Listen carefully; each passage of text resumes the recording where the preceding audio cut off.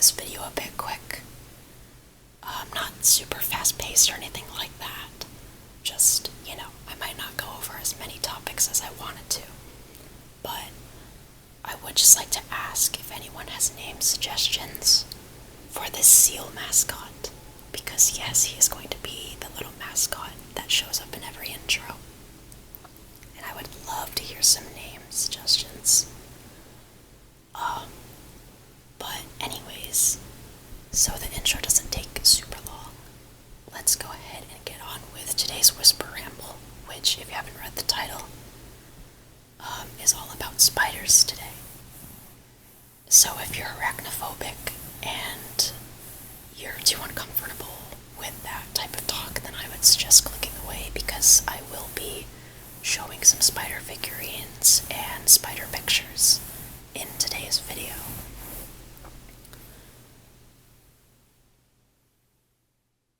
So, let's get started with the ramble.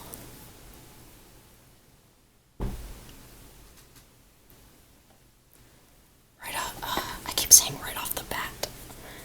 Right away, let's just show my beautiful Halloween decoration that I got from Spirit Halloween. I'm not even entirely sure if you can see that very well because it is black and it blends in with my desk. But this is an unnamed spider. I have no idea what name I gave it back then. But this is my friend. It is a tarantula.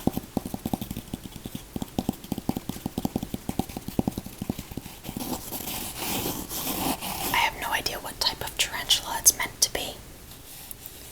I don't really know if they were going for anything specific. I kind of doubt it. But I do love tarantulas a lot. They are kind of like the spider version of cats, because they're all hairy and fluffy, and they have attitude. They're pretty feisty. They can definitely get feisty. I've never had a tarantula of my own, but I've absolutely seen videos of tarantulas and how they act, and you definitely want to be careful with them. In terms of them biting you or throwing hairs, and also just with the way you handle them, because they're very fragile creatures. They're kind of like the opposite of jumping spiders, because jumping spiders are like the puppies of the spider world. And speaking of jumping spiders, they're extremely intelligent creatures. Before I go on, I would just like to ask if anyone has more spider knowledge than me, which is, a lot of people out there. Please correct me if I say something wrong, because I would love to, educate myself further and not give out false information. Which brings me to the topic of, I am pretty sure, I read somewhere, I don't know if it's true because it does seem pretty crazy, but apparently jumping spiders have been seen reacting to the reflections in mirrors as though they recognize themselves. I don't know how true that is, but if it is true, then that's awesome. That's really cool. But something that I do actually know is, true, is that they can easily adapt and learn from their mistakes and situations, which is how they hunt. They, as the name states, jumping spiders, they jump on their prey instead of the typical orb weaver web that you associate with spiders a lot of the time, which is like the circle web. Instead, they walk around and hunt their prey directly.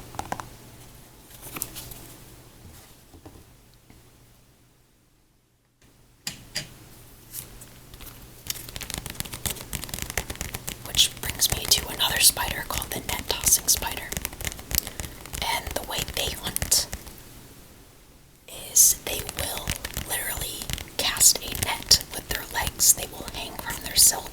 instead of sitting on a web and waiting for their prey to come to them, well, they still wait for their prey to come to them technically, but their prey doesn't like fall into a web or anything. But the net tossing spider will set out silk, like tripwire almost basically. So whenever they feel the vibrations of their silk, they know that there's prey near them or below them or wherever they are. And they will literally lunge down with their net made of silk in their legs. And they will basically grab the prey in that net. And if you're wondering what I'm tapping on here, it is a picture, like a real live picture taken of a yellow garden spider.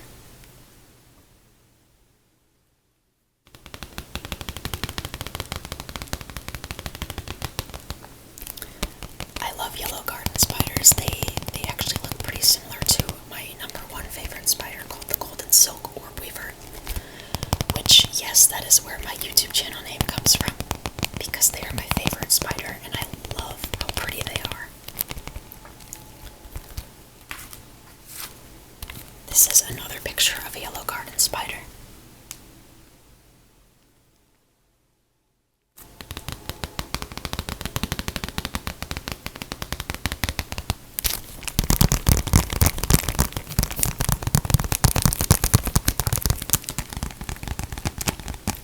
Golden silk orb weavers. The way they got their name from their literal, like, golden silk. Their webs, when they shine in the light, they literally look golden, which is unique from other types of spider silk.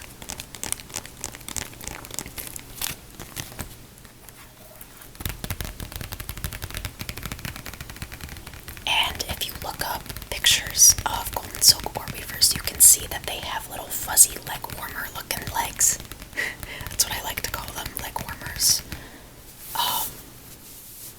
And there's plenty of spiders that have those like little fuzzy legs, but I just specifically associate it with golden silk orb weavers. And they're very pretty looking things. I love the way that Nephila spiders look, which is their scientific term. Nephila clavipes. I think that's how you pronounce that. I might sound like a dork if that's not how you pronounce that, but yeah.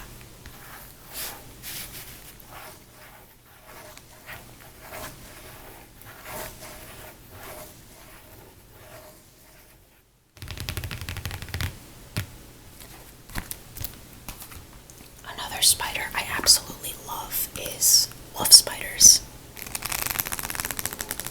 which is on the front cover of this book I have.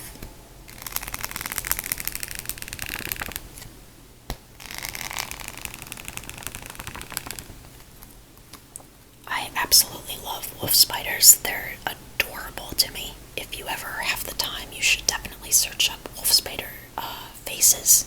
They literally have like little puppy dog eyes, like jumping spiders almost.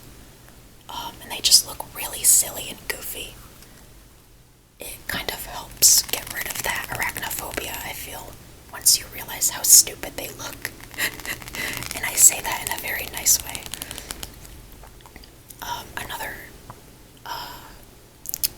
Another picture on here is of a spiny orb weaver right here.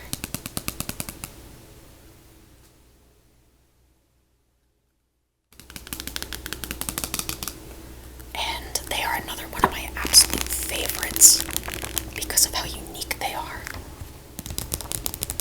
They actually have a circadian rhythm that is shorter than all other documented animals on the earth, ranging from 17 to 19 hours instead of the typical 24, which makes them pretty alien to the earth when you really think about it, because that's just not normal, but they somehow survive on Earth. Despite that, they're able to function and live completely normally, despite having a circadian rhythm that does not match the Earth. And they come in all different colors. I've actually held a yellow one before, and it made me so happy. Let's do some more page turning. Or page flipping, rather.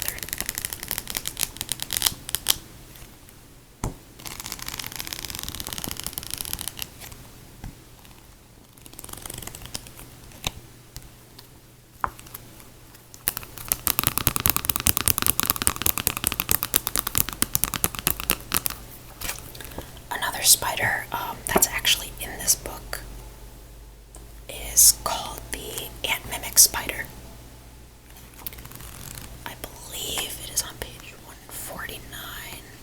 I just saw it in the table of contents, but I kind of like grazed my eyes over it. Yeah, right here. They literally mimic ants, and they genuinely do look like ants from far away. Right here.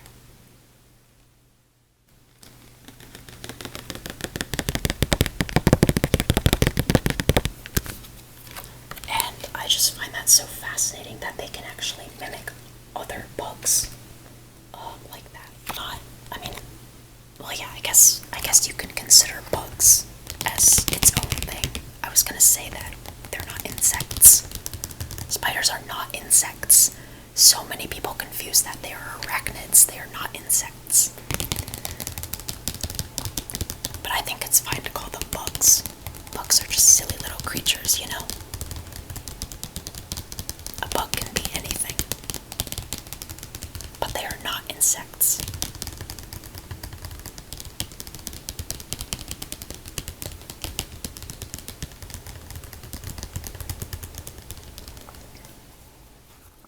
I'm gonna go back to tapping on one of the pictures. I don't have too many triggers here today, I apologize.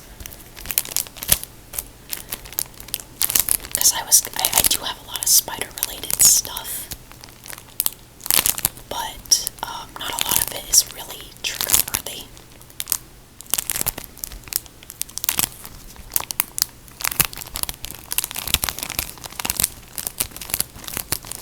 I'm trying to think of another spider I can mention.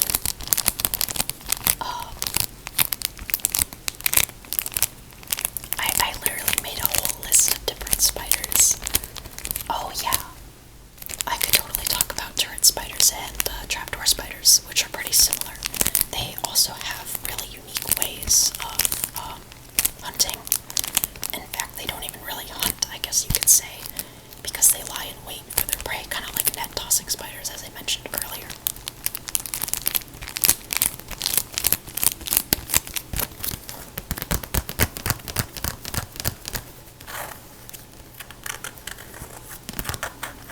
What they do is trapdoor spiders will literally create these little doors in the earth that matches the ground around them. So they're basically, it's basically like you can't even really see that they're there. I mean, heck, you may have walked past a trapdoor spider before you never knew it. But they put silk around these doors, and when they feel the vibrations, they know that there's prey walking on top. And they will come out and grab the prey and, stick it with its venom. And turret spiders are very similar in the sense that they make these little mini towers.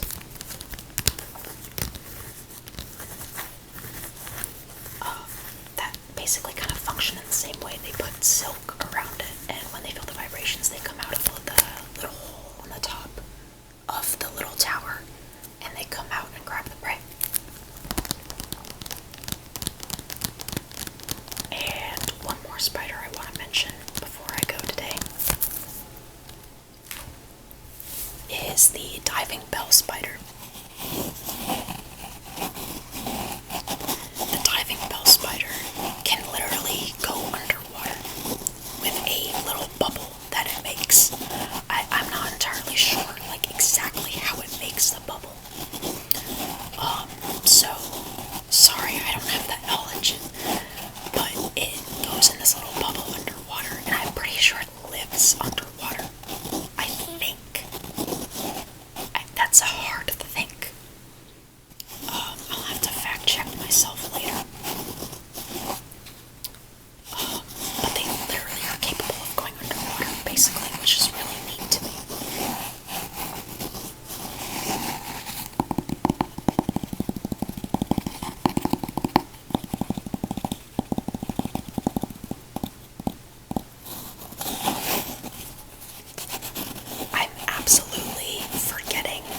spiders.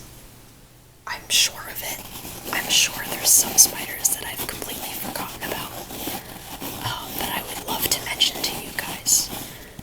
But I don't have I do have my phone on me, it's what's recording, and I can't exactly pull up my Google Doc of all the spiders that I wanted to mention, which is pretty silly of me. I would love to turn on my computer, but then there would be, the PC noise whirring in the background, and I don't want to bother you guys with that.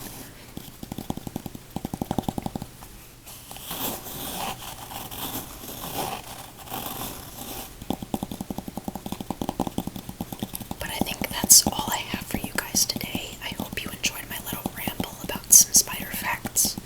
I could make a part 2 in the future if I figure out, some other spiders I could mention.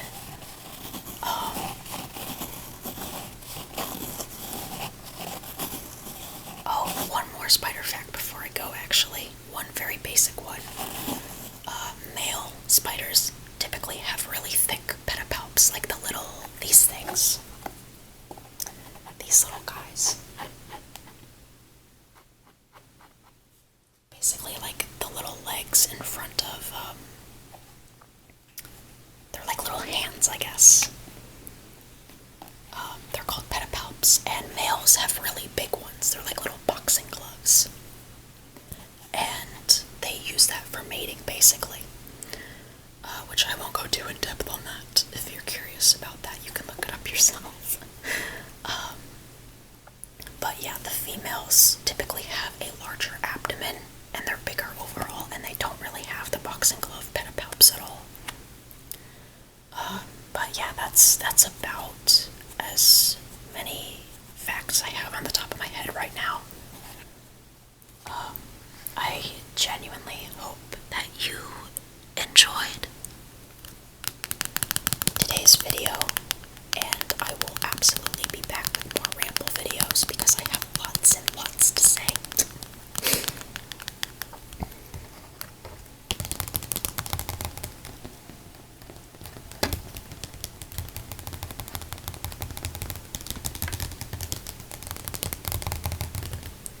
And I hope you enjoyed.